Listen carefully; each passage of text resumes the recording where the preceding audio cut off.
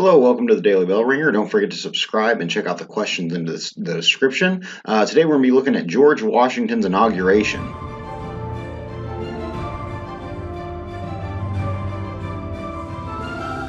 All right, George Washington being inaugurated president. We're going to get into detail about his presidency and everything in maybe another little episode.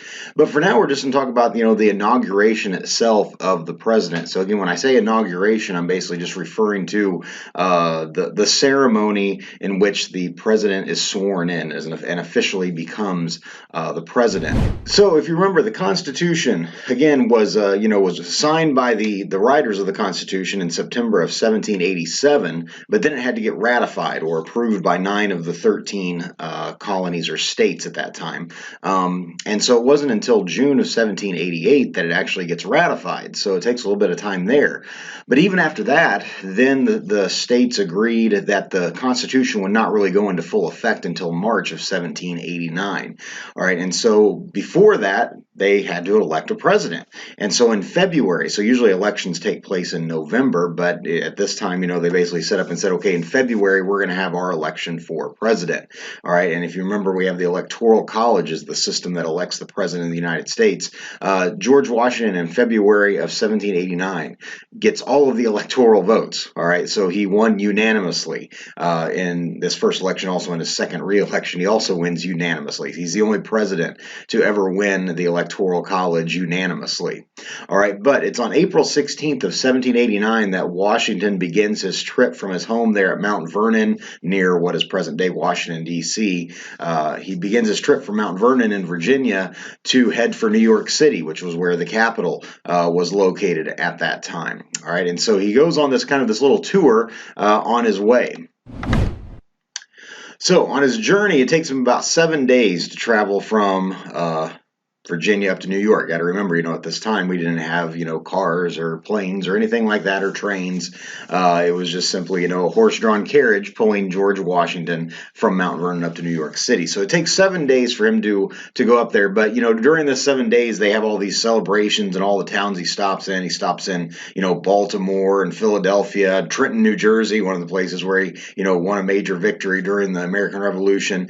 And there's basically all of these just huge crowds waiting there to greet him and everything.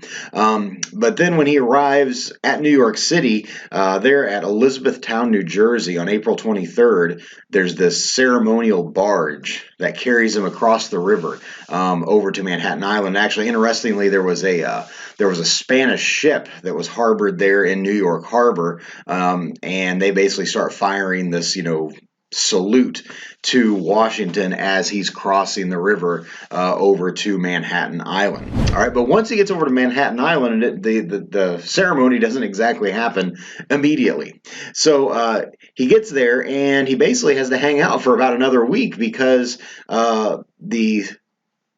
the legislative branch is debating how do we actually swear in a president. That wasn't actually, specifically spelled out in the Constitution. So they're kind of having an argument about, what the ceremony should look like.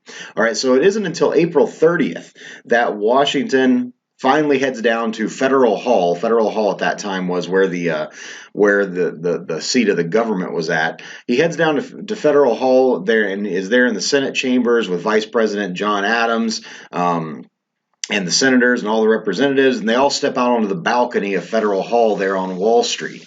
And of course, today the guy who swears in the president is the Chief Justice of the Supreme Court. Well, at this time we didn't have a Supreme Justice yet, so they just said, well, let's just find the highest ranking judge in New York City. At this time it was a guy named Robert Livingstone who was the highest ranking judge. So he was the one that administered the oath of office to George Washington. Now, when they take an oath, of course, the person puts their hand on a Bible, raises their right hand.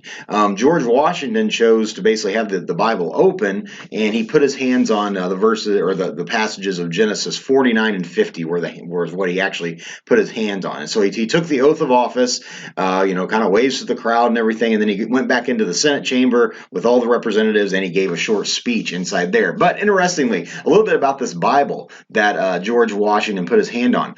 We still have the Bible today. It's on display at Federal Hall there in New York City, but actually other presidents, Warren G. Harding in 1921, Dwight Eisenhower in 1953, Jimmy Carter in 1977, and George H.W. Bush all put their hands on that same Bible to get sworn in. And additionally, that Bible was also used during George Washington's funeral procession and also during Abraham Lincoln's funeral procession. So again, if you're interested, kind of cool that you can actually go see this Bible that was used by George Washington and all these presidents there at Federal Hall in New York City. All right, so hopefully you learned something there about the inauguration of George Washington, and I'll talk to you later. Thanks.